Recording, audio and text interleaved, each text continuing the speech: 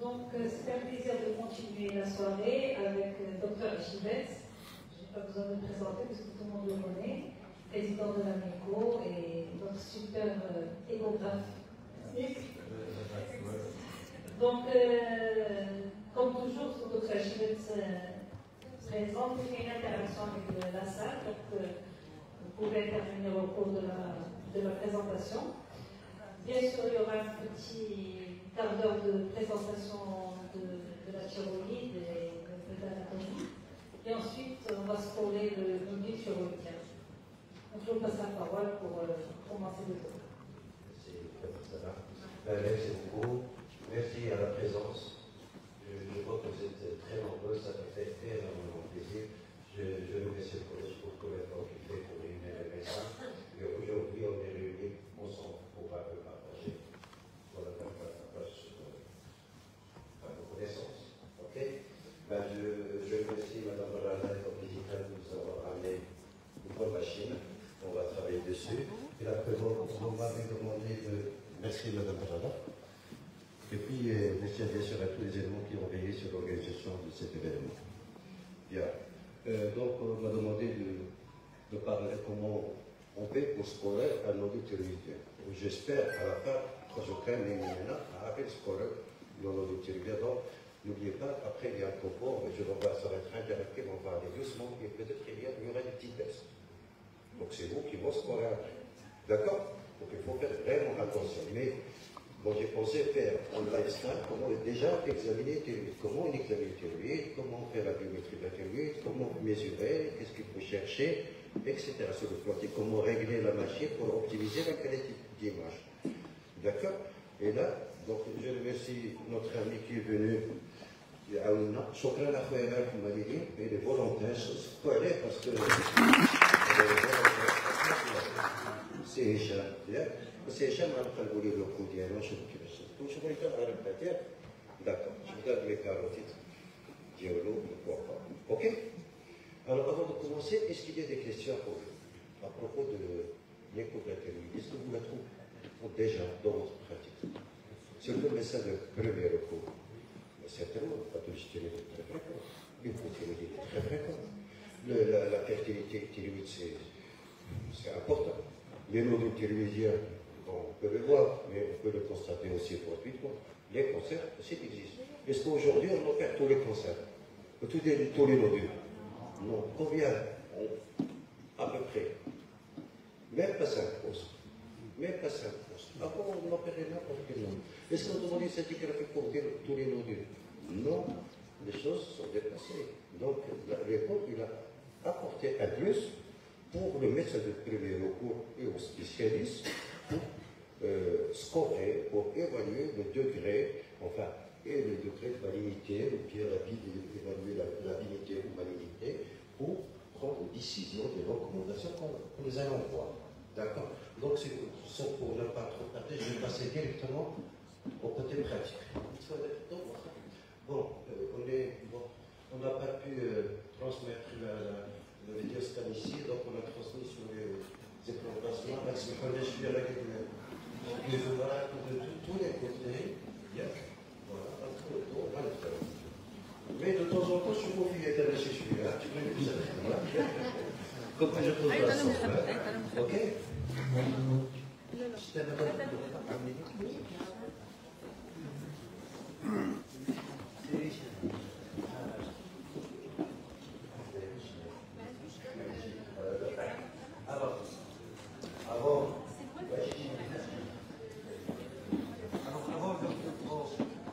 Ça va être interactif. Alors, avant de commencer l'examen, la première des choses, c'est quoi? Je vois qu'on nous dit que c'est l'examen. Il y a un examen, c'est un complément. C'est le prolongement de l'examen clinique. Donc, il faut voir le motif, pourquoi il est venu, s'il est fatigue, une asthénie, une tachycardie. Tout ça, c'est des motifs bons, ou bien une palpation d'un nodule, des choses comme ça. OK? Donc, je considère que j'ai examiné la thyroïde, et après, donc, je vais prolonger mon examen par l'écho. Quelle sorte je vais utiliser? Haute fréquence, la haute fréquence. Pourquoi? Si je pose des questions parfois banales, C'est parce que parmi eux, il y a des médecins débutants. Hein. Et en même temps, il faut pour faire une mise au point. Plus que la fréquence est élevée, plus l'image est nuancée. C'est très important. La résolution est meilleure. Donc, s'il y a un cancer à donné, achetez toujours pour la télé des sons qui dépassent 12 MHz. Le même conseil. D'accord. Deuxièmement, sur les centres, sur les appareils nouveaux, la majorité, vous avez des sons multifréquences. Comment passer d'une basse fréquence à une fréquence moyenne et une fréquence élevée? Il est dit qu'on n'utilise pas. Vous allez voir qu'on va les utiliser. D'accord. Vous pouvez acheter une très belle machine. Si vous n'utilisez pas, vous n'appuyez pas sur les bons boutons, vous allez avoir une image qui n'est pas de qualité. Et plus l'image est de qualité, plus l'interprétation est bien. D'accord. Donc, première des choses, donc c'est la sonde linéaire, haute fréquence. C'est celle-là. Est-ce qu'il nous arrive parfois d'utiliser cette sonde dans la thyroïde? Oui. Quand est-ce? Lorsqu'il y a un voile, parce que la mesure, en général, vous avez 4 cm 5. Exceptionnellement, là, on a peut-être plus que 4 presque 1. Donc c'est large, ce qui est très bien. D'accord. Mais parfois, on n'a que 4.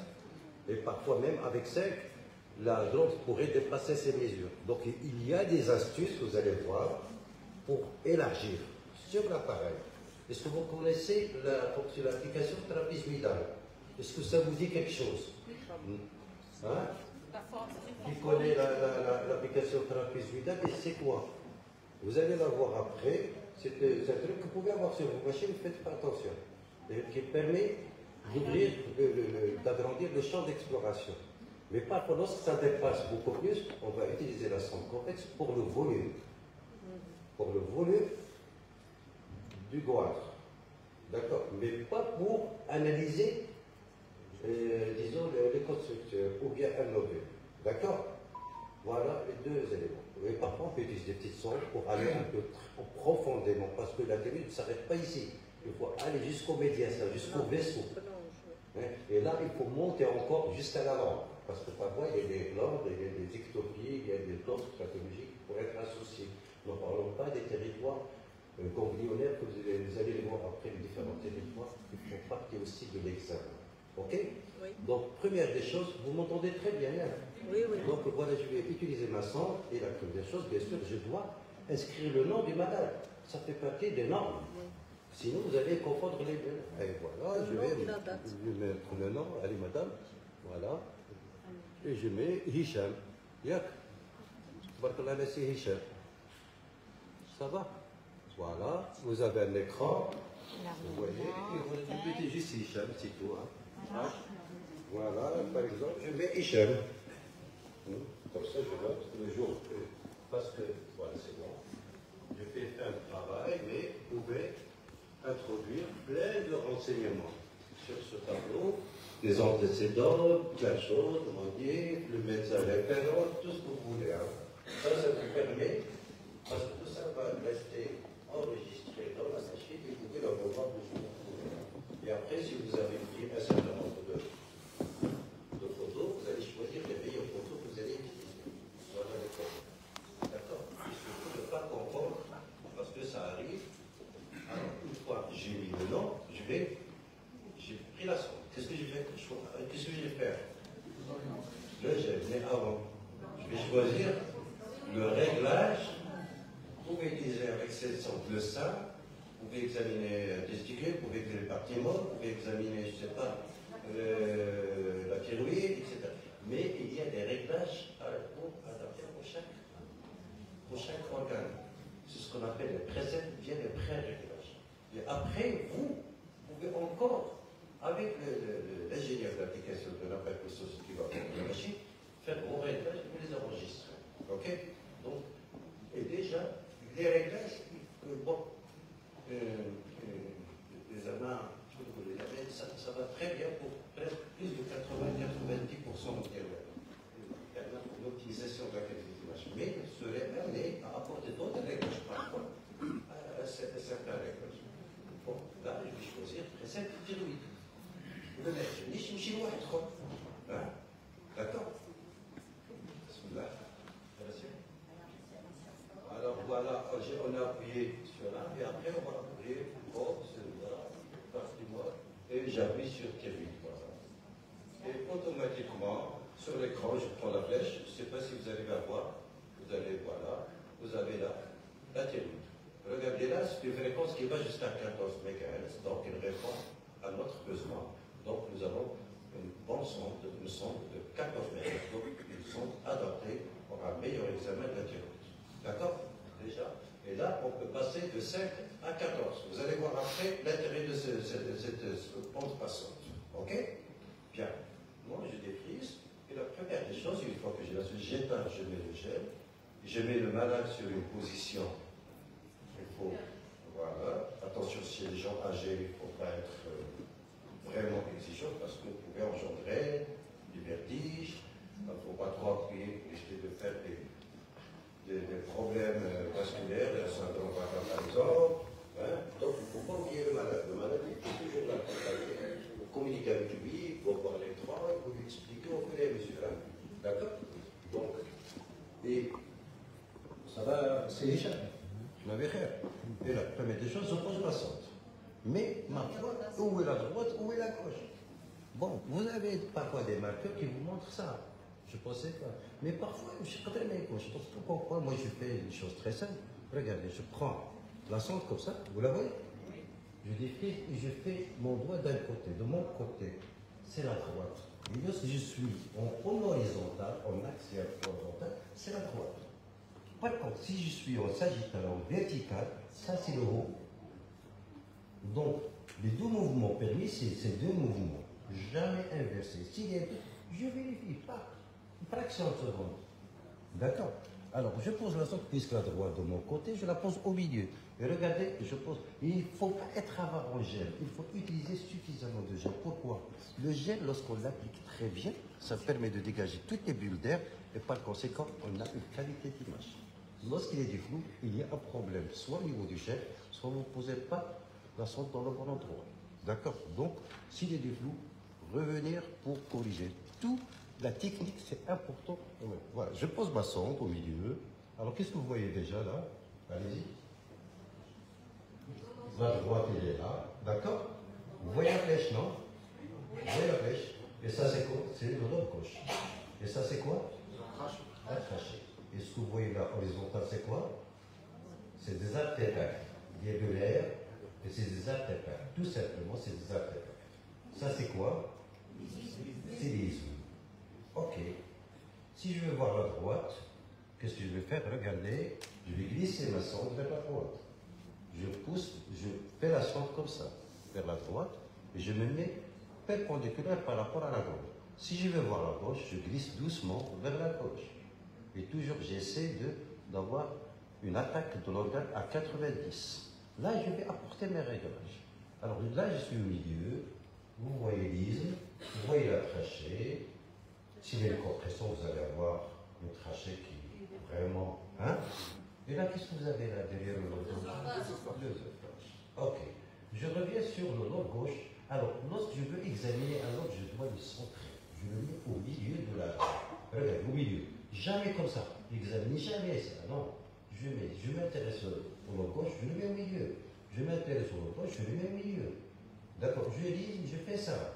Et après, on va apporter les réglages. Moi, je commence par le lobe gauche. D'accord. Alors là, qu'est-ce que je vais apporter comme élément pour encore optimiser la qualité d'image à votre avis? Regardez ça. Regardez ça. Ça, et regardez ça. Est-ce que c'est la même chose? Vous préférez quoi? Celui-là. Agrandir. Donc là, je travaille sur quoi? C'est la profondeur. Puisque vous augmentez, vous diminuez la profondeur, là, vous allez avoir une image de qualité. Ok? Première chose. Deuxième chose, il y a une flèche que vous voyez à gauche. Là, je vais prendre la flèche pour vous la montrer. Elle est là. Vous la voyez? C'est quoi ça? C'est la focale. Qu'est-ce que ça veut dire focale? C'est-à-dire que je concentre le mètre, si on dit traçons à ce niveau-là, on passe. C'est-à-dire que j'aurai une image de qualité à ce niveau. Par contre, là, non. Si jamais je veux examiner ce qui est superficiel ici, ben, je dois la montrer en haut. Là, ça, c'est le cas général. Regardez, je commence à voir très très bien les muscles. Hein? Pourquoi? que j'ai la focale que j'ai placée. Par contre, si je veux l'œsophage, il devient flou. Hein. Ici, regardez. Si je veux voir la fréquence de qu'est-ce que je vais faire? Je vais descendre. Voilà. Ok. Et encore, je peux encore optimiser la qualité. Comment? Je vais utiliser une fréquence. Si je veux, la sonde des voies de 4 jusqu'à 14. Si je veux examiner cette partie, je vais utiliser ma fréquence la plus haute de la sonde. Si je veux examiner cette partie qui est profonde, c'est le contraire. Et là, je vais demander à madame où on règle la fréquence. Alors, elle est là. Voilà. Alors, j'ai un bouton là. Vous voyez, moi, j'ai jamais travaillé sur cette machine. Je la découvre. Ça, c'est Et le regardez, je demande, montrez-moi parce qu'il y a toujours ces touches-là. Et là, ce nouveau machine, regardez, là, je suis à 12, là, je suis à 9. Alors, je peux monter jusqu'à 14. Par contre, si je veux examiner en bas, puisque je descends, et la repère générale, je peux avoir, regardez, l'œsophage qui est très net. Vous le voyez? Hein? L'œsophage, vous le voyez ici. Parce que j'ai diminué la fréquence, mais j'ai utilisé la fréquence la plus basse et j'ai centré ma focale pour l'essentiel. Ce qu'il faut retenir, c'est qu'il y a des réglages, il faut régler sa machine, être exigeant. Et regardez, maintenant, on va monter un petit peu au haut pour aller voir un peu. Pardon. Vous avez mis deux focus. Alors, focale. Voilà. Le focale est nul. Voilà, c'est ça. Vous Voilà. pouvez en mettre deux, Voilà. Non. Alors, après, on peut mettre 2 focales. On peut mettre 3. Mais attention, plus le nombre de focales est important, plus l'image n'est pas nette. Et essayez d'utiliser toujours une seule. D'accord? Prenez des choses de même, allez vérifier. Mettez-moi 2 flèches, s'il vous plaît. Oui, voilà. Voilà pour vous montrer ça. Regardez. Vous avez une flèche ici, une flèche là. C'est-à-dire que vous avez 2 niveaux de concentration, comme si vous voulez voir 2 personnes. Donc, vous n'allez pas voir en détail. Donc, essayez d'avoir une, éliminez une, et on va être avec le sens si vous voulez vraiment optimiser la qualité. Maintenant, on va revenir à une. Et là, la première des choses qu'on demande de regarder, c'est quoi? Devant le tiré, c'est quoi? C'est de voir les muscles. Donc, ça, c'est votre corps. On est d'accord? Ça, c'est quoi? L'œsophage, la trachée. Ça, c'est quoi? C'est quel muscle? Hein? Sterno, clédo, masculinité. Ok, parfait. Ok, ça c'est le cas général que j'ajuste. Le cas général, c'est-à-dire la lumière, de façon la correction de la lumière de façon générale. Il y a aussi le cas étagé, vous en parler. Bien, donc ça c'est muscle, sterno, clédo, masculinité. Et ça c'est quoi? Alors là, il y a 3 muscles. 3 muscles, tous les 3, les artères, les muscles préintermédiaires. Mais le plus important, c'est celui-là.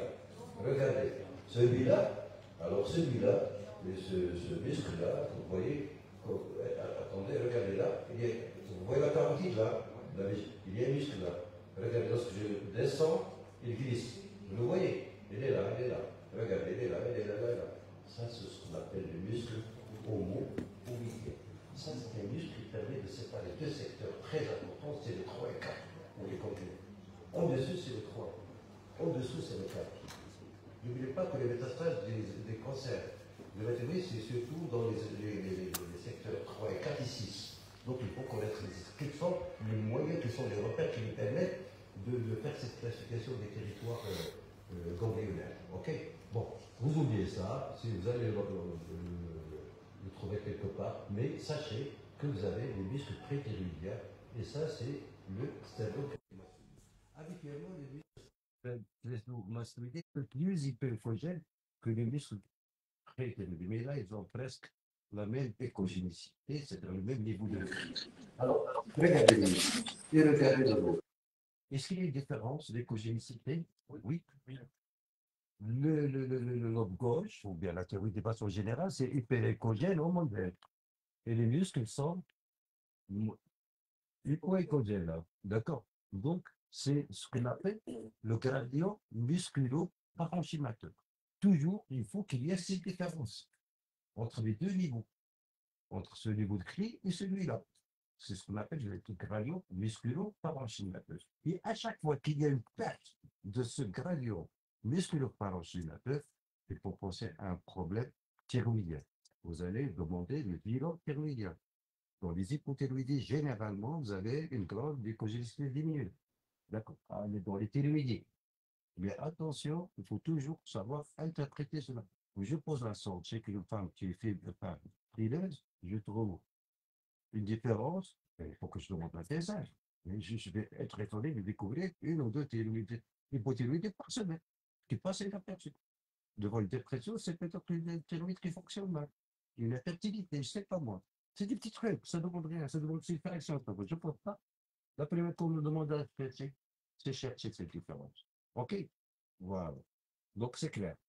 Et toujours, on s'en compare par rapport au muscle à ce niveau de cri. Et vous allez voir, lorsqu'on va voir le nodule thyroïdien, vous avez deux repères, des congénicités. De la glande qui est hyperécogène, que vous voyez là, et vous avez le niveau de cri qui est hypoécogène. Si le nodule a la même écogénicité que le parenchyme, on parle d'IVO. Et c'est un score 3. S'il est un peu moins comme celui-là, on parle hypo. Mais s'il est encore plus hypo que le muscle, c'est très hypo. Ou bien hypo-écogénicité marquée. Et c'est un score 5.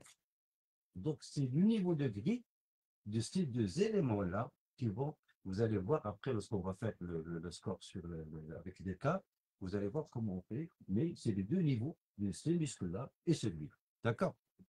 N'oubliez pas l'œsophage qu'on peut voir ici. On peut voir un épicissement au niveau de la paroi, une dysphagie avec un apissement très important. Ça peut être une tumeur, j'en ai vu pas mal. Donc, j'étais toujours incliné sur l'œsophage. OK? Et voilà. Bon, parfait. Je passe au côté droit, vous voyez, et je balaye. Alors, ce qui est important, c'est que je ne fais pas comme ça et je m'arrête. Attention, là, c'est quoi? Carotide. Ça, c'est quoi? Fait jugulaire. Si j'appuie ce là, s'il y a trop d'us dans la veine jugulaire, il faut que ça se colle avec. OK? Et derrière là, c'est quoi? Ça. Derrière l'autre droit. Ça, c'est tout. C'est les muscles longs du cou. Ils ont un rapport avec la parathyroïde. Là, on ne voit pas le parathyroïde normal. Mais s'il y a l'autre postérieur qui a un rapport avec ces muscles postérieurs, attention, dans votre calcémie, méfiez-vous, si c'est. Ouais, il faut faire la part des choses. Hein? Parfait. Du côté opposé, c'est la même chose. Hein? Vous avez les ophèles et vous avez les muscles. D'accord. Et là, c'est les muscles scalènes qui passent. Les choses, Ça va, vous arrivez? Mais comme elle dit, je suis là. Mais vraiment. Bon, voilà. Donc, vous avez vu comment on balaye. Regardez, on va balayer le côté droit. Je descends, je descends, je descends jusqu'à disparition. Mais attention, je dois encore descendre jusqu'au vaisseau, jusqu'au médiastin, jusqu'à ici. Regardez, en bas. D'accord. Du côté droit, vous pouvez descendre jusqu'aux branches sous-clavières. Regardez.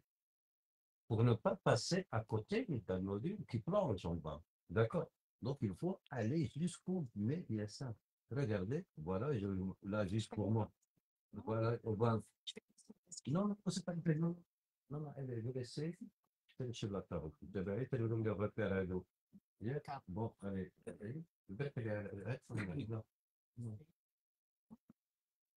Là, juste pour vous montrer un peu le spectre d'une artère résistante. D'accord, c'est en bas. Donc, il faut descendre jusqu'au bas.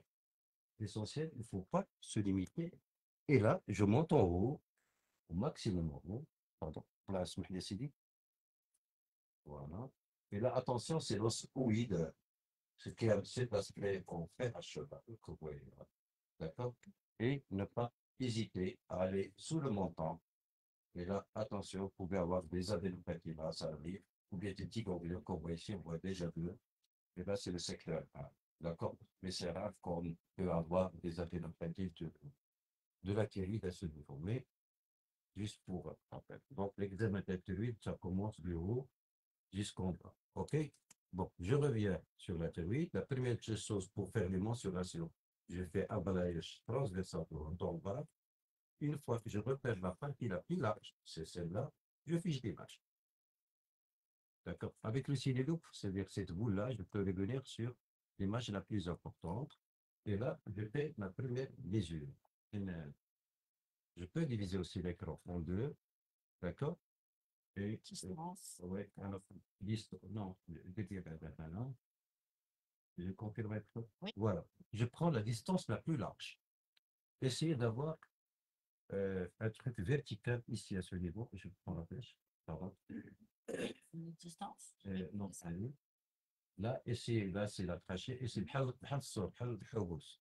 ديما تقدر تشدوا عليها comme ça, وتشدي حتى للوغ. Ça, c'est la meilleure façon d'examiner un plan transversal. Une fois que vous avez ça, vous allez l'enregistrer du côté. Comme on enregistre, vous allez sauver c'est là. Style save. Voilà. Comme ça, et on peut sauver D'accord. la séquence vidéo. Oui, et vous pouvez même, bon, si vous pouvez enregistrer même la séquence vidéo, c'était bon. Mais combien de temps, madame? Pas longtemps, très longtemps. Hein. C'est Tant qu'on veut. plus de. Là, une minute, 2 minutes, moi. Parce qu'aujourd'hui, peut-être dans l'avenir, on va vous demander des clips. Si vous constatez une pathologie, essayez de prendre un petit film. Hein, ça peut, parfois, c'est très intéressant. D'accord? Si vous trouvez aussi pour partager avec des amis ou bien demander des informations, il faut mieux donner une vidéo qu'une image figée. Vous avez vu ça? Une fois je le mets au milieu, alors là, pour avoir la longueur et la largeur, je vais pivoter à 90. Je mets, n'oubliez pas, la tirée, c'est comme un papillon. C'est vertical comme ça, tout à fait vertical comme ça. Vous risquez de prendre pas toute la longueur. Il faut dévier un petit peu. Parce que papillon comme ça, je mets la mesure comme ça et la mesure comme ça, pas comme ça. Donc il faut prendre le grand axe. C'est ce qu'on fait en général. On repère la partie inférieure, fait comme un mouvement d'essuie-glace pour avoir le plus grand axe. C'est comme l'examen du rang. Vous allez voir. Donc je fiche la partie inférieure, je la fixe, la voici, et c'est la partie focalière qui bouge. Et là, je peux avoir, et là, avec un peu d'expérience. Alors là, est-ce que j'ai tout le long ptéroïdien gauche sous ma sonde? Et pourtant, j'ai une sonde de presque de 5 cm, assez large. Hein? Là, ces sondes, on n'a pas tous cette sonde. Hein? Et pourtant, on constate qu'il y a encore, si je fais la mesure là, je suis dans l'erreur.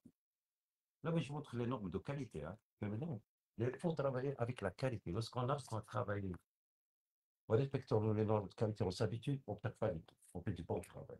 Et les gens qui voient votre travail, ils vont encore donner le respect. Et ça, c'est important. Là, c'est tout. Parce que je n'ai pas toute la glande pour maintenant. Qu'est-ce que je vais faire? Ah, je passe à l'ascendant abdominal. Ah, passe à l'application trapezoïdale. C'est quoi la sonde trapezoïdale? Regardez la sonde, regardez tout cela. Voilà la sonde. Lorsque je fais ça, je vois que ça. Mais si je fais comme ça, je vais ouvrir comme ça, je vais ouvrir de côté et donc je vais gagner 1 centimètre, 1 centimètre. Ben, ça peut être suffisant pour moi. Si ça ne fait pas, ça ne va pas. On va le faire. OK? OK? Vous me suivez? C'est une option. Voilà. Regardez, je suis là. Une option sur l'école qui n'existe pas sur tous les écoles. Sur c'est important. un petit nodule là, vous le voyez? Très petit, très discret. Ici, on va le voir encore. Alors, regardez là, vous allez appuyer sur la. Oui, trapezoïdale. Voilà. Alors, qu'est-ce qui s'est passé? Il y a une ouverture. Et là, je vais encore jouer sur le zoom. Voilà. Et je vais avoir toute ma glande dans mon champ d'exploration. La focale est bonne. Voilà. Et là, je peux mesurer tranquillement et je fais des mesures correctes. Et là, je prends. Passons les mesures. Voilà, la partie la plus large. Ne prenez pas ça. Vous avez ici, là, vous avez un truc, une autre application qui vous permet d'agrandir, comme vous voyez là, et ça va mieux placer les calipers. Donc c'est un plus. Je prends la partie la plus large. Regardez les muscles au-dessus, qui sont hypo. Et après, il me donne la main pour le deuxième, tout à fait. Et là. Et une fois que j'ai les 3 mesures, là, il suffit de multiplier par 0,52 et je le vois. D'accord? Sinon, vous appliquez, bien sûr, la machine, un truc volume 3 distances que vous voyez là. Et là, il faut avoir les 3 mesures que vous allez placer et ça va vous donner le volume automatiquement. Attention, pour le testicule, et vous multipliez par 0,70. D'accord, c'est différent. OK? C'est parfait? Bien. Donc, vous avez vu comment on examine. Est-ce qu'on a terminé? Moi, j'ai fait la même chose pour le côté opposé. D'accord? Bien sûr. Et quoi encore? Regardez les muscles. Regardez cet aspect fibrillaire des muscles postérieurs. Attention, ne prenez pas ça pour un nodule ou un truc. Hein? Regardez. OK? À chaque fois, vous avez un doute, pivotez à 90 et analysez votre image. D'accord? Parfait. Maintenant, vous avez vu la carotide iliaque. D'accord? Donc je monte avec la carotide en même temps. Il va s'enfler à un certain moment, il va se diviser en deux. Il va se diviser en deux vaisseaux. Pardon, on a un peu plus gel. Ouais, mais à chaque fois qu'il y a du flou, il faut appliquer tout simplement. هذا جدين من كملنا ها ها alors demande un certain moment le moment où il va se diviser en deux c'est-à-dire on est en dessus de la bifurcation c'est un autre secteur ce qu'on appelle le secteur 2A pour les ganglions pathologiques alors je passe 2A et c'est là où on trouve le fameux ganglion de Kuttner qui est assez volumineux et qui est physiologique, essentiel. Donc, vous avez vu comment on examine, comment on fait une biométrie. D'accord? On part de goitre à partir de 20 chez l'homme et 18 chez la femme.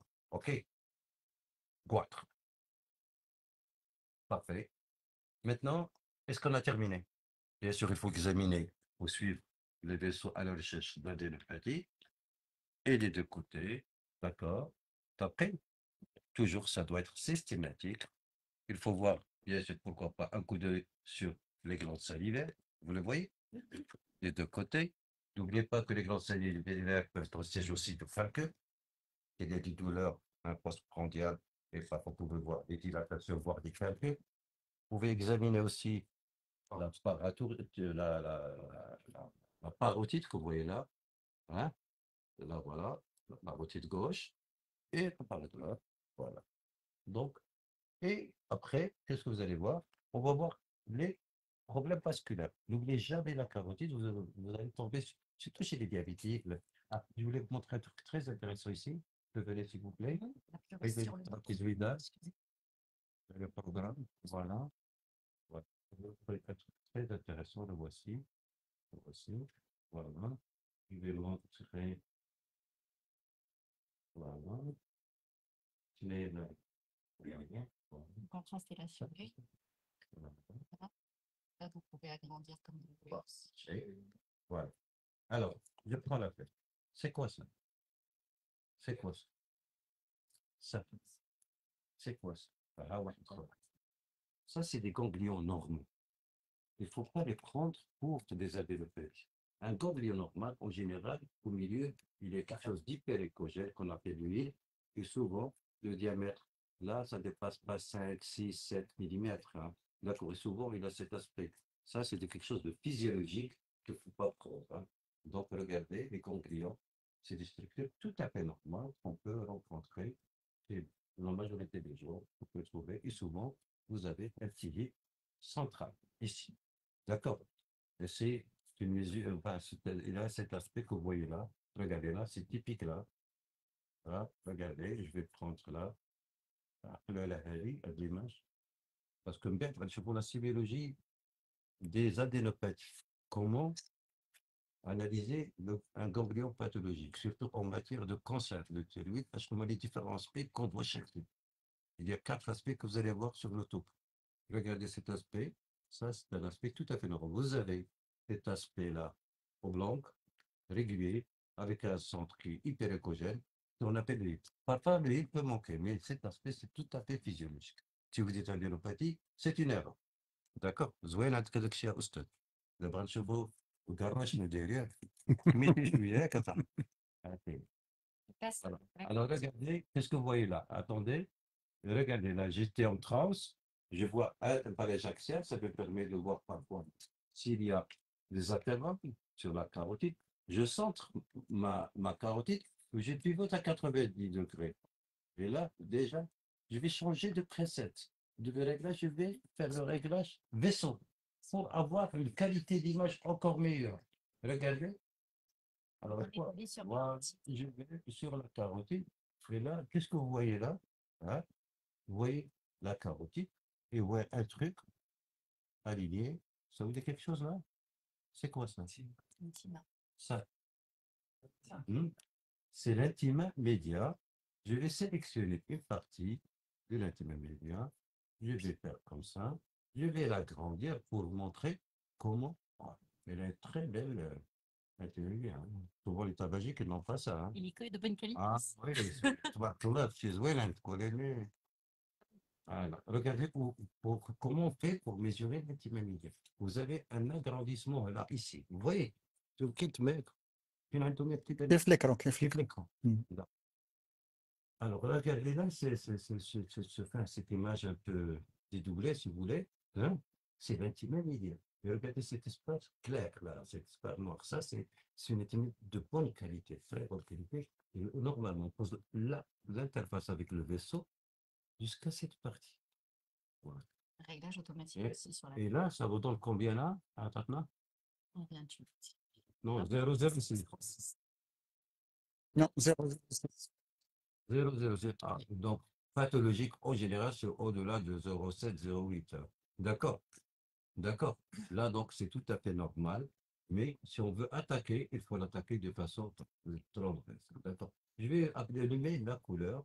Voilà, juste pour montrer un peu si vous voulez voir un peu le vaisseau. Je ne vais pas entrer dans les détails de Doppler, mais l'essentiel, l'intime média, vous la voyez, on peut la suivre.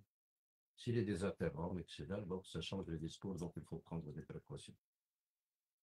Tous les tabagiques, dyslipidémie, c'est pas des facteurs de risque, des cardiaques, il faut toujours examiner, chercher s'il y a des interromps là, peut-être qu'ils sont ailleurs, au niveau du coronaire, ou bien au niveau des reins. Donc, ça peut être aussi un signe, va faire regarder cette. Alors, parfois, bon, sur certaines machines, on peut avoir une application qui est automatique et qui permet de mesurer l'intima média. Moi, j'ai figé l'image, on va voir. Est-ce que vous avez cette application? C'est notre site management. Oui, non, donc il est en train de chercher. Et je suis allée ailleurs. Donc là, elle va chercher l'application, mais vous pouvez faire la Il vision y a moyen vous-même. de faire sur un. D'accord. Et sur des machines, vous pouvez, l'appareil peut le faire automatiquement. L'essentiel, vous savez comment faire cette mesure. Donc, on complète par l'examen des vaisseaux, c'est le plus simple. OK? Alors, est-ce que j'ai terminé mon examen? Qu'est-ce qu'il reste? قد شي حاجة ولا بقى والو؟ باقي واحد الحاجة.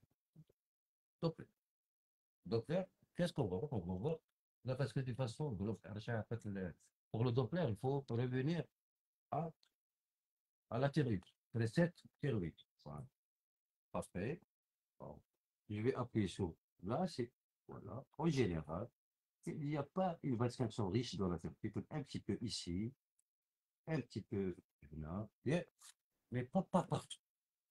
Lorsque c'est tout rouge, alors là, peut-être, alors il faut tiquer. Et si c'est très rouge partout, attention, ça peut être une hyper, comme ça peut être une hypothyroïdie, ou bien une thyroïdie. Une hypervascularisation n'est pas toujours synonyme de l'hyperthyroïdie.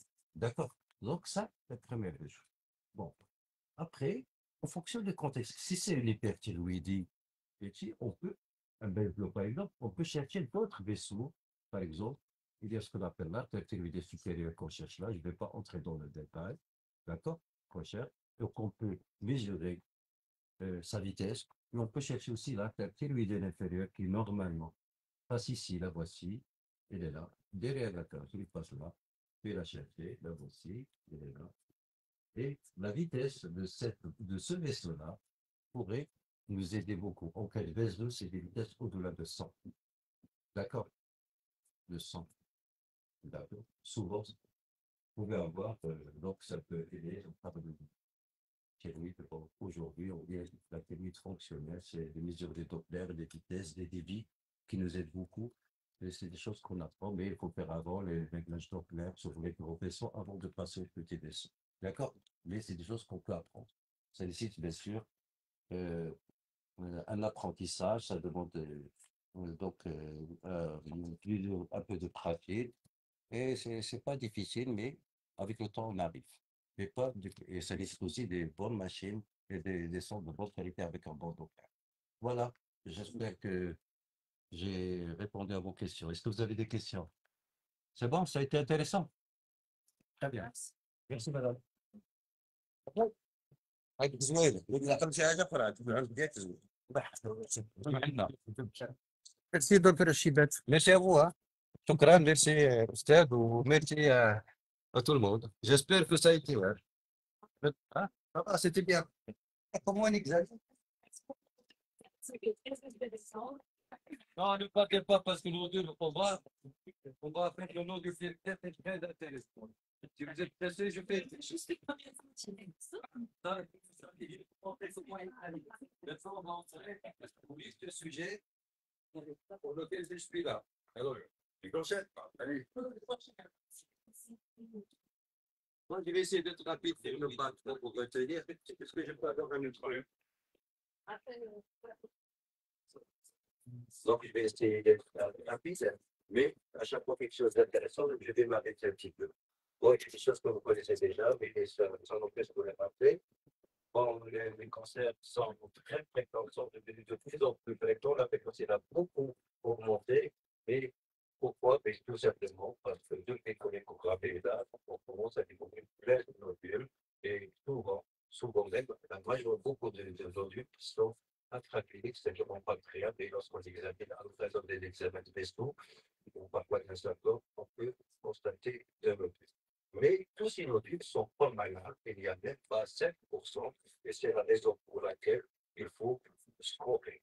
Donc, plus de 50% sont infracliniques, et la majorité des femmes, attention, au-delà de 60 ans, ils ont, c'est pas plus qui touche beaucoup plus les femmes que les hommes, et si on disait toutes les femmes, qui ont 60 ans, on va dire 50%, pourquoi vous voyez toutes ces femmes pour le corps à la fois, et c'est l'intérêt de l'écho pour scorer, de savoir un peu étudier le dossier pour ne pas inquiéter les gens gratuitement et générer ça chez ces patients.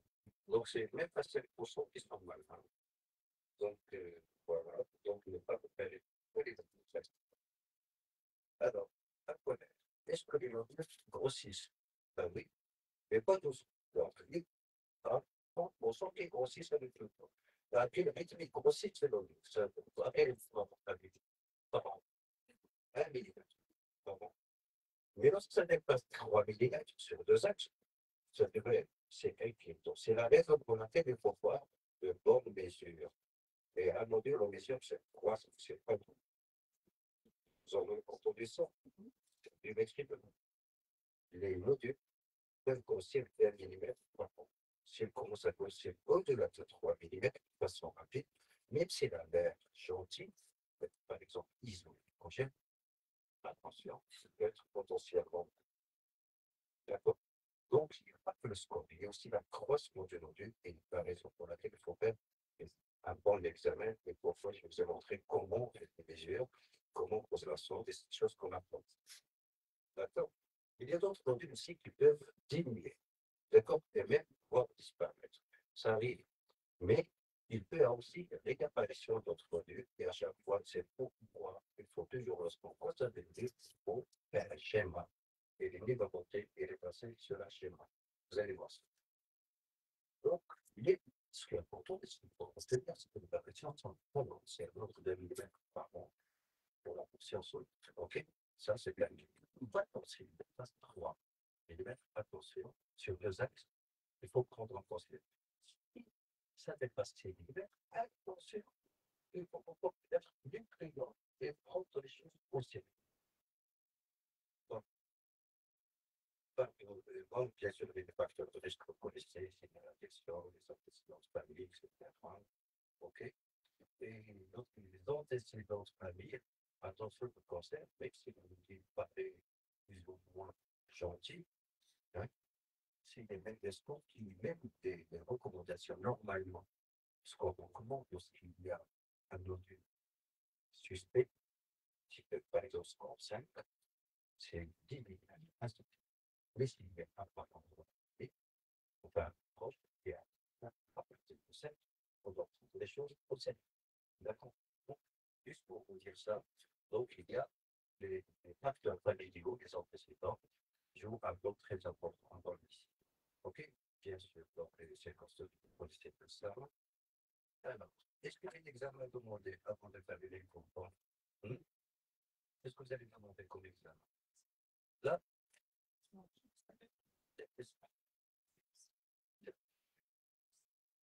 le dispatch, et bien sûr, on peut demander des caractéristiques. Et si la question, vous le savez, c'est les bases pour comprendre. Et s'il est normal, petit et bien sûr, c'est les et vous. Mais attention, pas effondrer des sages en bas. C'est un problème. Des sages un petit peu basse. Un petit peu basse.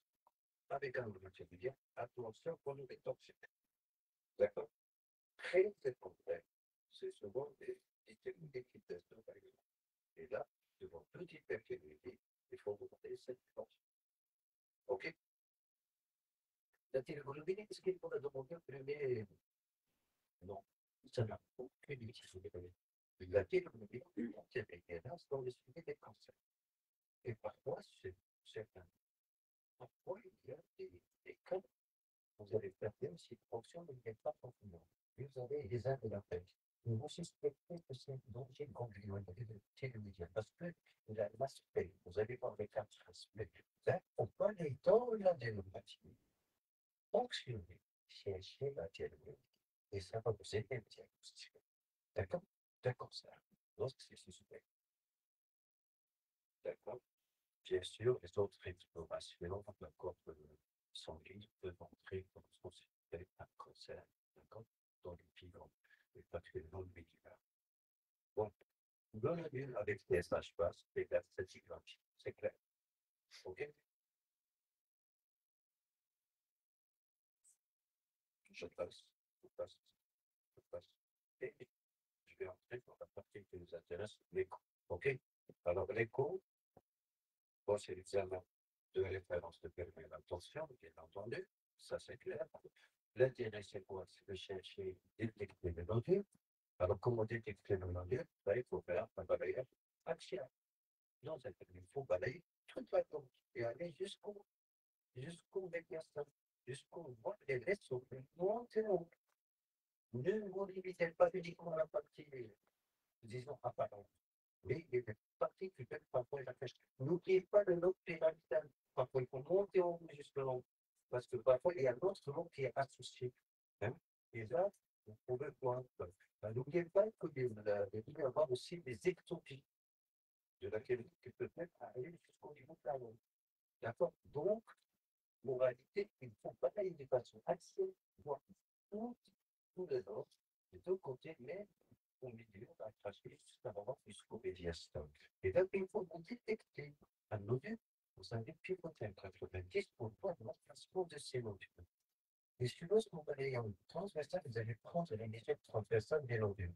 Comme vous avez vu tout à l'heure, comment on fait pour le nom. C'est la même chose pour les nodules. Coupe transversale, l'axe, et après, je fais comme ça, je prends les deux axes, par le cœur de l'épaisseur, et j'ai une provision. Et je vais passer par ce schéma. Et après, on va étudier ces éléments qu'on va voir ensemble. Donc, ça nous permet de détecter le nodule. D'accord. Deuxièmement, on peut coupler avec le Doppler. Attention, le Doppler aujourd'hui n'est peut-être pas parti pour ce qu'on des éléments, pour ce qu'on est, le nodule. Aujourd'hui, non. Ça aide pour, ça aide, mais ce n'est pas un élément pour faire avoir un nodule hypervascularisé et bénin. D'accord. Mais parfois, ça peut aider. D'accord, c'est important, c'est concentré dans certains modules un petit peu particuliers. Mais il ne fait pas partie. Mais la association, le Doppler, fait partie des éléments qui vont nous aider à la forme de vision optimale. D'accord? L'école de la révision de qui est la fonction pour savoir où a l'état sensible de fonction, parce qu'il ne faut pas la mettre dans n'importe quel endroit, et donc le monde pour ensuite payer la partie pour les prochaines, par exemple, en cas de scan, ou bien service possible. Donc, dès que on fait la zone de plus, c'est en cas de terrasse. faire la fonction sur du partout et que ils ont des projets, mais il y a de l'implémentation pour faire des fonctions que vous allez voir avant. Et pour le diagnostic, une question de stimulation qui est très importante parce que si on constate un module, on ne va pas l'examiner chaque mois. Il y a peut-être 6 mois dans la collection après la dernière révision. Pas qu'on dit ça, c'est de la vie. Ça, c'est de la vie. Parce que ça évolue lentement, et c'est vraiment, parce que c'est vraiment pénal, il faut espacer maximum la surveillance. Ça dépend de quel type. La technique, ça décide quoi? De maintenir de vocalité, on l'a dit tout à l'heure, il faut une fréquence au moins 12 MHz, on l'a dit, il faut avoir un doppler de bonne qualité, et donc un couleur pour pas un doubler léger. On peut aussi avoir les astrophotographie, mais c'est pas obligatoire. C'est pour les astrophotographie. C'est pour les étapes que tout à l'heure, il faut les astrophotographie. On a oublié, mais c'est quoi? C'est une application sur certaines machines, sur des nouvelles machines, qui permet d'évaluer la dureté. La dureté, est-ce que c'est dur ou pas? Donc, ça dépend des différentes élastiques. Il y a l'élaston, il y a aussi une autre application nouvelle, c'est le piquetage de fibroscope. Ce qu'on appelle chaise aussi, c'est l'application. Ça dépend des techniques et encore plus performantes. Et ça permet de montrer, lorsque vous avez un module suspect, vous allez voir est-ce que ça donne des belles dans le rouge ou bien et ça vous aide. Mais aussi, c'est un interface scolaire qui vous aide. Vous êtes dans le score. Vous allez voir. Donc, plus ou moins, mais ce que vous avez, sur la majorité des machines, c'est avoir optimisé la qualité des machines, vous avez scorer la machine sans problème. Alors, qu'est-ce qu'on va vous demander? La semaine de chez les modules, et ça, vous avez vu comment on fait par le chercheur, mesurer le module, il faut ça. Mesurer, savoir faire une géométrie de comment on va faire, et bien sûr, pour localiser sur un schéma et de module, et après, il faut décrire. La description, c'est biologique est très important. Et ça, c'est le graphique classique que tout le monde va savoir faire. Et à partir de cette description, vous allez sortir des éléments qui vont vous permettre de scorer qu'on va voir ensemble. Et ce score, c'est un score pour évaluer le risque. Est-ce qu'il ne faut pas opérer? Est-ce qu'il ne faut pas? Il faut opérer? Est-ce qu'il faut rester? Qu'est-ce qu'il faut faire? OK? Comment surveiller? C'est bon? Donc, ça lui permet de sélectionner le fait suspect. Alors, un schéma est obligatoire. Voilà, un schéma. Bien sûr, le passé est sur la terre alors, pour venir, le module, c'est comme le module, c'est la même chose. On prend un largeur des modules, comme vous voyez là, sur les épaisseurs et la longueur. Il y a même sur la machine qui se met le volume. Mais là, en général, on fait des mesures sur 3 axes et ça nous permet d'avoir des mesures comme ça. Effectivement, 2 chiffres pour un module, c'est un. Ça ne marche pas. Ouais, oui, il faut être clair. On prend 3 et tout qu'on fait la politique, bien sûr, mais ils sont partis en général. Pas être bon. On peut avoir une dizaine, une quinzaine, mais tous les modèles qui pourraient poser le problème, vous allez voir. D'accord? On parle des décideurs plusieurs, mais s'il y a un ou deux, vous avez décrit. Alors, comment on fait ce qu'on sait à la fois? C'est la même chose, c'est éduquer le regard. Qu'est-ce qu'on va voir? Vous allez le suivre dans ma façon, enfin, comment on va examiner? Je vous invite qu'on va examiner à chaque fois quelque chose. Deuxième chose, on va voir la forme. C'est quoi la forme? Dans un deuxième temps, les contours, c'est quoi les contours qui sont les animaux de contours? Après le contenu, après vous allez voir les autres éléments. Bien sûr, des examens des alternatives photographiques aussi qui n'est pas la marquée, qui est marqué. Et puis après, c'est des examens des incomplémentaires. Donc, il y a un plan à suivre. Voilà. La question de la forme, c'est quoi la forme? Vous avez un ovule. Je montre de l'hypothèse, je vais voir sa forme, c'est les points. Est-ce que la forme est régulière? On le met comme ça, c'est le module dans le plan sagittal, comme ça. Est-ce que le module, je n'ai pas le temps pour vous expliquer ça beaucoup mieux, il est sur le coup, j'ai la sonde verticale, ça c'est le module pour mettre par exemple le gauche, et regardez, le grand axe de module est parallèle à l'axe de l'autre. Ça, c'est une forme régulière, c'est une forme qui nous rassure. Je dis la forme régulière. Par contre, si je trouve le grand axe est perpendiculaire à l'axe, Alors là, j'ai une analyse de soi. Il suffit d'avoir ça pour le classer au score 5. Et toi, il est l'écogène, il faut que je m'en fous. Il y a un score, tu le passes à 5, il devient suspect. Et même suspect. Hein. D'accord. Donc, c'est ça qu'on dit soi. C'est ça. C'est ça.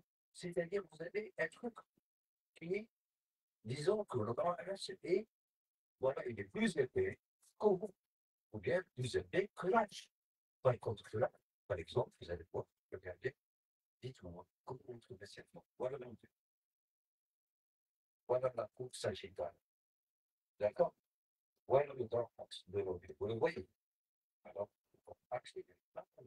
Donc, c'est des points de régularité.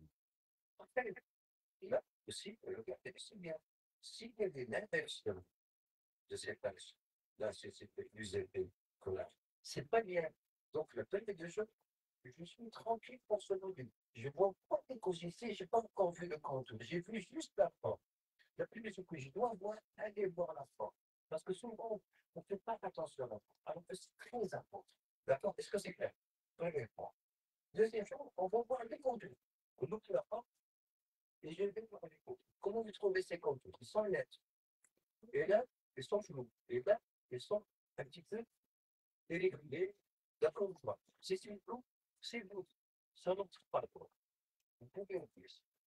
D'accord? Si c'est bête, comme ça, ben c'est bien. Donc, c'est un élément rassurant. Donc, quand on réunit, maintenant, ce qui s'est développé, comme ça, attention, c'est pas bien. Donc, ça fait partie des sports de l'humanité. Et l'humanité régulière, c'est comme des mecs, on va spéculer. Et en général, une fois qu'on s'en va avec, bien enlever les autres, mais là, c'est au moins trop. D'accord? Il faut rechercher une façon, mais il faut pas prendre les dimensions et aller voir les contours. Faire un agrandissement. Vous me suivez ça? Ça va. C'est bon. C'est bon? Oui? Flou? C'est flou, donc ça montre pas. Retenez les anomalies de contour. Donc j'ai fait la part, j'ai montré le contour. Deuxième. Si j'ai l'anomalie de contour, je classe ça. Il suffit d'avoir un seul site pour classer ça. Mais si vous avez une anomalie de forme et une anomalie de contour, vous avez deux éléments. Le sport est plus important. Et le risque de malignité augmente par les anomalies. Et c'est la raison pour laquelle le deuxième terrain, c'est l'existence, et il y a par exemple 26, je ne sais pas combien, vous allez voir ça, que le reste, c'est la progression. Voilà, vous allez voir ça sur les chiffres. Bien. Les constructifs, voilà, c'est juste pour décrire. Ce n'est pas le score. Si vous avez un contenu totalement écrit, dont vous avez parlé d'équité. D'accord, moi, je vais comparatif, il fallait la revoir sur mon postérieur, en disant que ce soit. D'accord, je passe. Si vous avez une partie du bas, si vous l'avez totalement solide, avec des composants solides. Et si j'ai des solides, je peux dire que si j'ai beaucoup de liquide que de la partie solide, majoritairement liquidière. Et voilà, donc il y a un distinguo d'un langage qu'il faut utiliser, vous allez voir qu'ils ont dit ici qu'on peut utiliser pour parler un bon langage, pour décrire. La meilleure chose, c'est de savoir décrire. Une fois qu'on dit moi certains éléments, on peut scorer de façon très progressive sans problème. Il faut apprendre à scorer. Voilà, c'est très bien. Vous allez voir que vous pouvez vraiment, c'est pas quelque chose de très compliqué, il suffit de s'entraîner sur ces éléments-là. Alors, le quatrième élément, très important maintenant, le niveau de gris de son audio, ce qu'on appelle l'écogénicité. Ce n'est pas le contributeur. L'écogénicité, c'est-à-dire son audio que j'ai, entre rien que je vois, est-ce qu'il a la même écogénicité que le patron? Et dans ce cas, je vais parler d'iso-écogène. OK? Est-ce qu'il a une écogénicité plus faible que le patron? Donc, je vais parler d'hypo. Là, attention, c'est pas c'est un véhicule, c'est très hypo. C'est plus hypo que le muscle. C'est très bien que je demande tout à l'heure. Parce que vous avez, ça c'est très important. Très hypo, c'est-à-dire hypoécogène. C'est une hypoécogénicité marquée au muscle de serre des muscles intermédiaires. Et ça veut dire que, attention, c'est un signe faut l'alimenter. D'accord? Et pour modérer, c'est le cas ici, il y a un fond pour ce c'est une terrasse 4. OK? C'est limite un concept, mais est-ce que c'est clair? Bien. Et après, puisqu'on va il reste un autre site que je n'ai pas bien fait là, vous allez voir sur les autres liens, c'est la recherche de points. Je vous dis ici, vous devez devenir très important, lequel? La présence de micro-classification. Et comment il se manifeste ces micro-classifications? C'est une structure grande, petite, moins d'un millimètre, qui ne génère pas de crampons, pas d'artefacts, que de comètes, pas des étincelles, et souvent regroupés au moins 5, et qui existent dans la partie spolitone. C'est ça la microclassification. Attention, les queues de comètes qu'on peut voir avec derrière des points hyperépogènes peuvent correspondre à de la colonie qui est tout à fait normale, c'est signe de l'unité, vous allez voir ça. D'accord? Ça va, vous me suivez? Donc s'il y a, voilà. Et on va arriver au score. Maintenant qu'on a écrit, voilà, c'est de voir avec la même chose, je vais voir la forme, je vais voir les animaux de contour, je vais voir les cochimicités, je vais voir les micro-classifications, voilà. Et je vais faire ça sur un schéma. Maintenant, on va voir cette classification. Alors, cette classification, c'est juste pour, justement, chercher à évaluer le risque de malignité. Donc, ça nécessite des cycles illustrés, ça nécessite un compte rendu standardisé et un score de stratification de risque de malignité. Et normalement, il y a des recommandations d'erreur qu'on peut écrire. OK. Il y a plusieurs scores dans les différents pays, mais aujourd'hui, on parle de score ETH, mais il faut savoir qu'il y a d'autres scores dans d'autres pays. D'accord, ça, c'est le langage qu'on doit utiliser, le vocabulaire, c'est comment décrire un module. Bon, voilà, il est là. Donc, est-ce qu'il y a un mot, est-ce qu'il y a pas, comment, il se relie comme j'ai dit, oui, ainsi de suite, je passe. Et on va dire comment le score ETH. Alors, lorsque vous avez le score 2, bon, 1, c'est normal. OK? Vous êtes tous d'accord? Oui. 2, bénin, souvent bénin, presque 0. Enfin, en médecine, ça n'existe pas 0, mais souvent bénin, le score 2. Score 3, on tire à 3, le risque, il est là, mais il est faible. C'est 2 à 4%. 4, petit à 4, c'est des risques. Parce que le vote de 6 à 17%, c'est des risques. Donc, il est là, mais intermédiaire. Le risque élevé, c'est un score 5. Et le level, ça oscille entre 26 et 87%. C'est en fonction du nombre de critères que vous allez trouver. Si vous trouvez des anomalies de forme, des anomalies de contour, du niveau c'est marqué, et vous allez capter, peut-être vous allez jusqu'au 87%. Si vous avez un supplément, 86%. Mais dans tous les cas, là, c'est un score élevé. Attention, la présence d'adénopathie ne fait pas partie de score. Si vous avez une adénopathie avec une sémiologie qui vous oriente vers un traitement, même s'ils sont, alors l'interprétation ne fait pas partie aujourd'hui. Avant, dans les anciens scores, oui, ils faisaient partie, mais aujourd'hui, non. C'est comme la vascularisation. OK? Adénopathie, il faut apprendre que c'est quel que soit ça parle. OK? Maintenant, quels sont les signes de participation? On les a vus tout à l'heure. L'histoire, c'est des choses à retenir par cœur. C'est des allophones non convaincus, c'est des anomalies fortes, c'est épais ou violage. C'est-à-dire des anomalies que j'ai décrites tout à l'heure. Les contours irréguliers, je vais le répéter, c'est les contours spéculés ou lobulés. Il faut ici au moins 3 spécules, pas 3 bêtes si vous voulez, ou bien ondulation.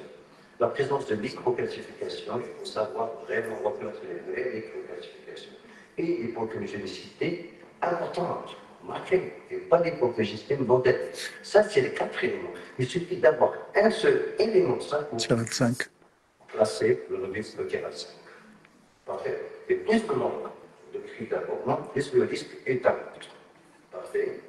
Maintenant, dites-moi sur ces écolos, Donc, j'ai pris des publications que j'ai trouvées, j'ai déjà travaillé, essayé. Alors, ce nodule-là, comment vous le trouvez là? Donnez-moi juste de la forme, s'il vous plaît. Plus épais que long. C'est une coupe longitudinale, c'est une coupe sagittale. Est-ce que vous trouvez l'axe dans le sens Elle est de la glande ou bien inverse? inverse. Donc, juste sur la forme, je pose 5. Après, je vais voir. Contour. C'est très important. Regarde, très important. J'ai deux éléments. Après, je vais voir les contours. Est-ce qu'ils sont libres? Je vais, voilà, je me cherche une combinaison pour déjà, j'ai le troisièmement. Là. 5. Mais c'est évidemment pas. Et le quatrième est petit. Les gros risques, je le néglige. D'accord? Parfait. Et là, puisque vous constatez, de contours ondulés, vous les voyez. Ondulation, au moins 3. Donc, des contours aiguillés. D'accord? Donc, attention, le local, il faut l'éduquer. Il faut aller voir les contours. Je veux voir les contours. J'oublie la porte. Il faut que j'ai vu la porte, je vais le contour. Et après, je vais le contenu de ce nodule. Il est beau, là, qu'est-ce que je vois là? Qu'est-ce que vous voyez là? Des petits points blancs, vous voyez là? Microcalcification. Donc, c'était des calcifications. Là aussi, c'est un élément péjoratif aussi que vous allez chercher. Et là, attention, ce n'est pas une crise. Réglez le cas. Très épaule, c'est un peu similaire à une crise. Et c'est la raison pour laquelle il faut savoir utiliser le réglage des machines. Hein. Donc, vous augmentez un peu le gaz et vous allez voir que c'est solide. Allez de votre docker pour comprendre. Et là, c'est très épaule par rapport à ça.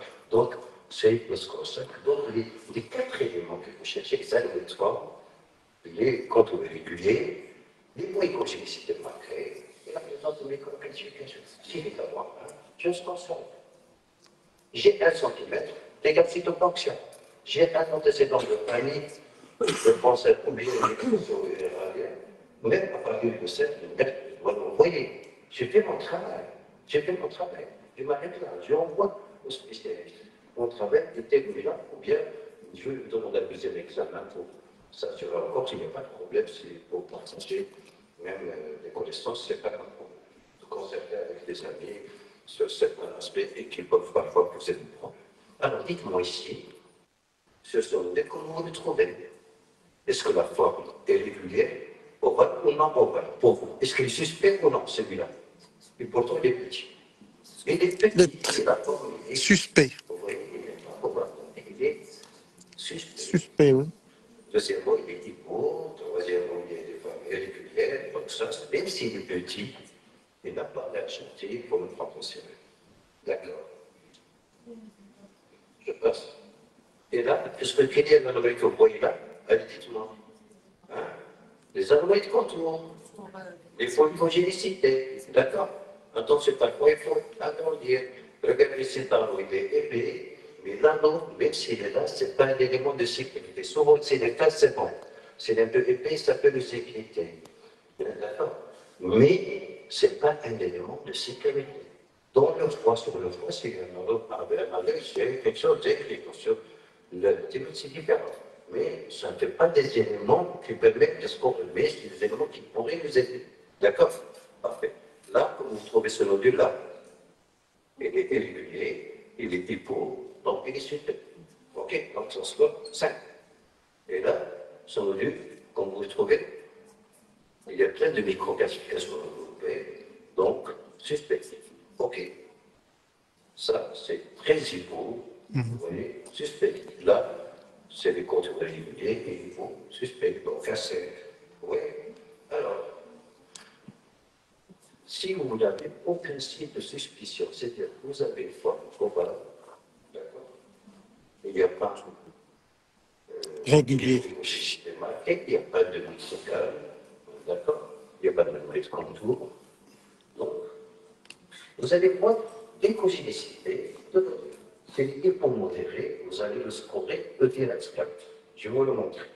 Je vais vous montrer directement. Regardez là, c'est hyper, et là, regardez comment il est là. Hypo. Mais il faut modérer par rapport à ça. Donc, qu'est-ce pour ça? D'accord, comment vous la trouvez? Bien. Est-ce qu'il y a des anomètres contours? Non. Est-ce qu'il y a des microcalcifications? Non. Donc je le score 4. Je vais faire la mesure sur ce plan, et en transversal, je dépasse 1,5 mm tout à l'heure, je dois te montrer. J'ai 1 cm, je peux me permettre de le rouvrir, on voit pas, et voir l'évolution. D'accord? Si j'ai une adénopathie près, là, ça change le discours. Est-ce que c'est clair? Oui, Parfait. Ici, vous avez des rochettes noires, c'est des liquides, et des rochettes, enfin une partie, disons, un contenu épais, là, ce tissulaire, qui est hypo. Qui va faire le score? C'est la partie hypo. Donc c'est un cas. Il y a un liquide, on a son kystique, c'est la partie, la composante hypo qui fait le score. Et c'est pardon, on va avoir les deux, iso et hypo. Donc c'est l'hypo qui fait le score. Et parfois, si vous pouvez avoir hypo et une partie très hypo, c'est la partie très hypo qui fait le score. D'accord? Toujours, on se passe sur ça.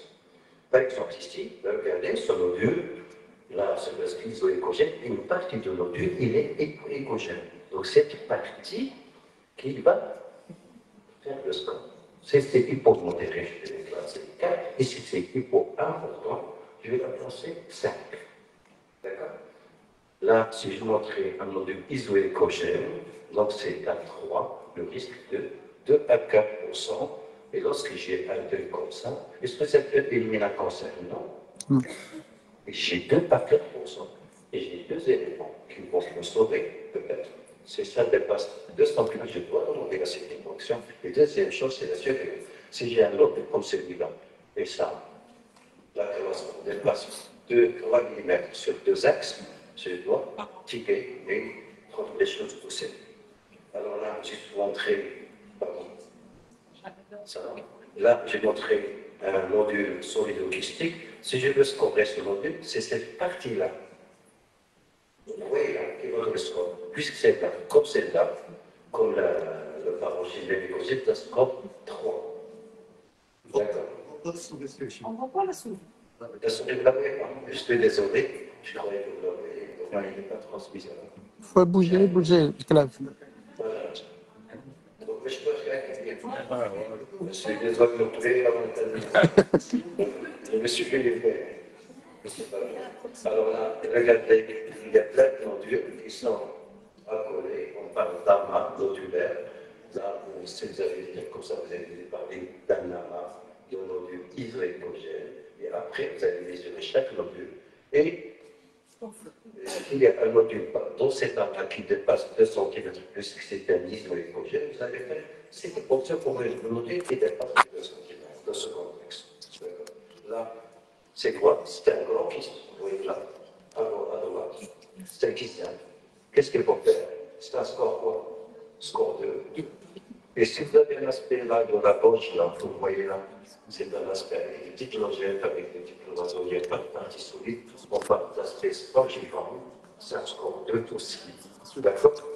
Et là aussi, c'est rassurant. D'accord? Est-ce qu'il faut opérer ça? Non, on ne touche pas. Correspondant vert, il y a ce qu'on paye normalement dans le devant des modules kystiques, c'est faire l'alcoolisation normalement. Mais parfois, on peut intervenir lorsqu'il y a une gêne, une compression ou bien un problème esthétique. Et souvent, c'est l'alcoolisation pour le kyste. Mais des modules comme ça, si ça ne gêne pas, s'il n'y a pas un problème esthétique qui inquiète, on peut faire une sévérance très établie. Et souvent, les gros kystes, attention, ils peuvent éclater après quelques années. Et lorsqu'ils éclatent, parfois, ils peuvent laisser une structure un peu hypo qui pourrait les inquiéter. Donc, c'est pour vous dire, s'il y a un kyste, prenez les clichés et avec la sévérance, vous pouvez le temps, ça risque de disparaître. D'accord? Et moi, j'ai vu pas mal de kystes disparaître. Et c'est bien sûr, c'est détruit dans la petite population. Alors, pour résumer, il y a des signes cardinaux devant le module. Qu'est-ce qu'on peut vous demander? Cherchez les anomalies de force. Cherchez les anomalies de contour. Je répète toujours ces éléments-là parce que vous pouvez contrôler le mettre en autre chose. L'écogénicité, est-ce qu'elle est marquée? Est-ce qu'il y a une microversion? J'ai un ceci, je passe. Après, après, ça me donne le score E direct. Le reste, non. Ces éléments-là, vous allez voir, c'est des éléments qui vont nous aider. Les constructeurs, lorsqu'il attention, une macro-classification, c'est souvent compagnon de la pénibilité, en gros. Par contre, s'il y a des classifications, quoi, c'est pas des discontinues sur le top, ça peut m'inquiéter un petit peu. Ça me fait pas scorer, mais ça m'oriente vers quelque chose de péjoratif. D'accord? L'animation pyramidale, c'est quoi? Je suis retrouvé une photo, j'espère. C'est des petits trucs hyper écogènes qu'on peut trouver dans les listes. Ou même, je ne sais pas qu'ils sont rythmés, qui sont suivis de codes comètes. Et ça, c'est tout à fait des. C'est pas des micro-classifications. Et ça oriente vers quelque chose de gentil, c'est-à-dire le bénin. L'élasticité, c'est la dureté, c'est l'élastoscale, c'est les chèvres. Bien sûr, vous avez ça sous la main, quand vous pouvez l'utiliser, mais ça permet de moduler le risque, soi-disant, au sein du score. Mais le score est fait par les 4 signes que vous avez, qu'on a vu tous ensemble. Bien sûr, si les passerelles sont très importantes à l'intérieur, ça peut orienter, mais ce n'est pas toujours vrai.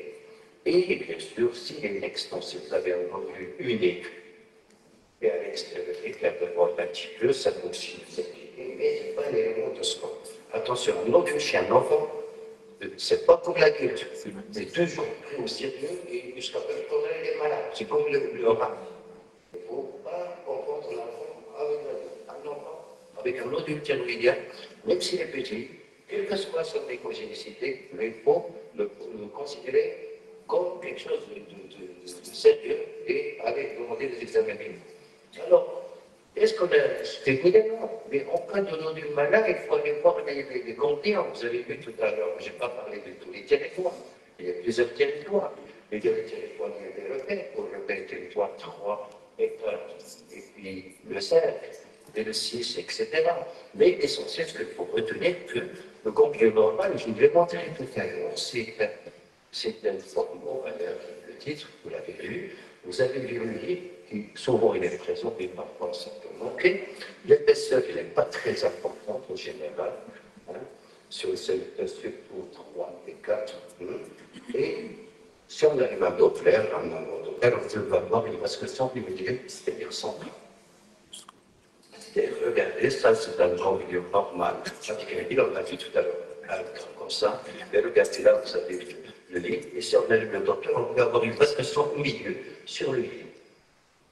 Hein? Bien.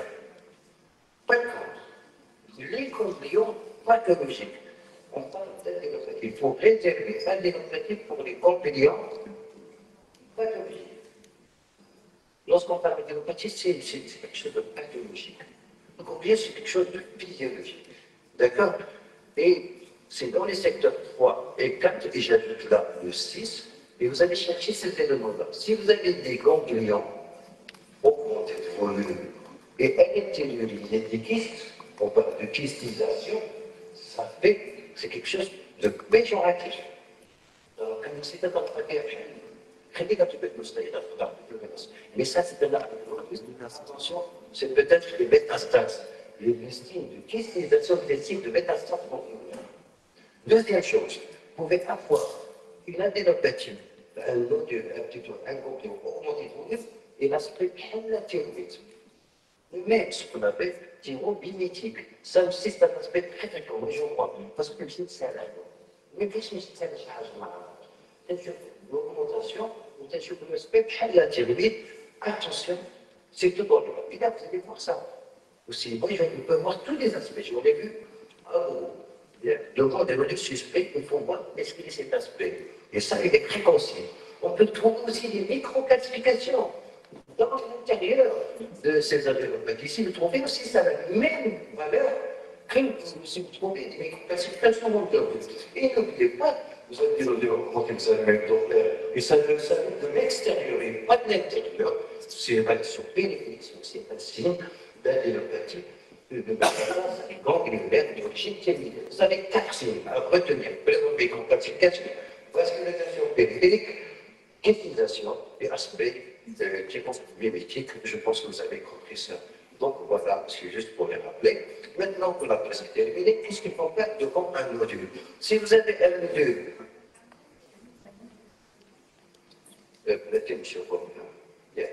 alors vous avez, juste pour rappeler, le module, bon, si vous avez des signes, voilà les 4 signes péjoratifs, vous avez placé à 5, et bien sûr, c'est 5 égale cytofonction, mais cytofonction de partir d'un centimètre. Si vous avez un 4, c'est hypomodéré, d'accord? Vous avez un risque de magnétisme intermédiaire, d'accord? Voilà le pourcentage, et là vous allez passer à la cytofonction à partir de 15 mm. Si vous avez la même écogénicité que la parenchyme, donc c'est l'ISO, et là, c'est à partir de 20 mm qu'il faut faire la cytofonction. Et si vous avez un risque ou une espèce majeure, on laisse tranquille, on va pas, d'accord, donc surveiller mais de façon très espacée. Si vous avez un 5 et vous avez un facteur familial, ou bien une expression à partir de 5 mm. Si vous avez un module avec un dérivatif qui n'a pas de ça, quel que soit l'aspect, il faut aller. Si vous avez un enfant avec un module, il faut aller. Est-ce que c'est clair? Oui. Voilà. Donc, juste pour vous dire que voilà les chiffres à retenir 10, 15 et 20. Mais je vais ajouter le 7. Je vais ajouter la dérivative, ça va changer le discours. Mais l'essentiel, vous avez vu qu'il y a des chiffres, il y a des recommandations. J'ai un module, j'ai 10 mm. Je vais le reprendre. Une fois que je fais ma je vais indication cytofonction. D'accord, je l'envoie pour les cytofonctions. OK? Et bien sûr, si vous avez des adénopathies avec un aspect parfois peur, vous pouvez aussi demander d'aller chercher la thérapie dans ces corrélons pathologiques et ça peut être bien sûr pour un diagnostic qui est parfois qui peut poser des problèmes. D'accord? Parce que par exemple, il y a des cytofonctions qui ne sont pas concluants. Mais aller chercher la pathologie de la thérapie, surtout dans certains aspects, bien qu'ils soient rares, mais ça peut vous aider. Ça, juste de parler décisionnaire. Et en conclusion, on peut dire que cette thérapie nous permet de détecter la majorité, presque la majorité, 96%, c'est quand même très important, mais à condition de savoir ces éléments que je viens de décrire, et savoir les utiliser. Et bien, le match d'erreur, il est là, bien sûr, mais il n'est pas très important. Et puis, donc, puisque on a eu 96%, donc c'est la raison pour laquelle on peut utiliser ce score pour fermer de façon punitive beaucoup de malades. Bon, lorsqu'il y a un autre multinodulaire, on va chercher les nodules péjoratifs, c'est des 4, comme dit Groupe, pas loin qui dépasse 2 cm. Ou si on connaît une inférieure, on peut décrire qu'il y a plusieurs nodules infracentimétriques. Voilà. Mais ce qui est déjà condique.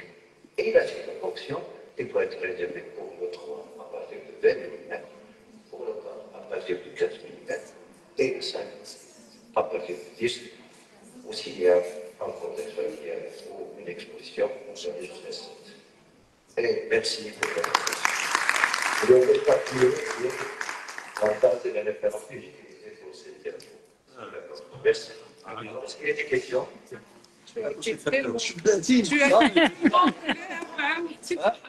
لا تدخل جو حافظ هناك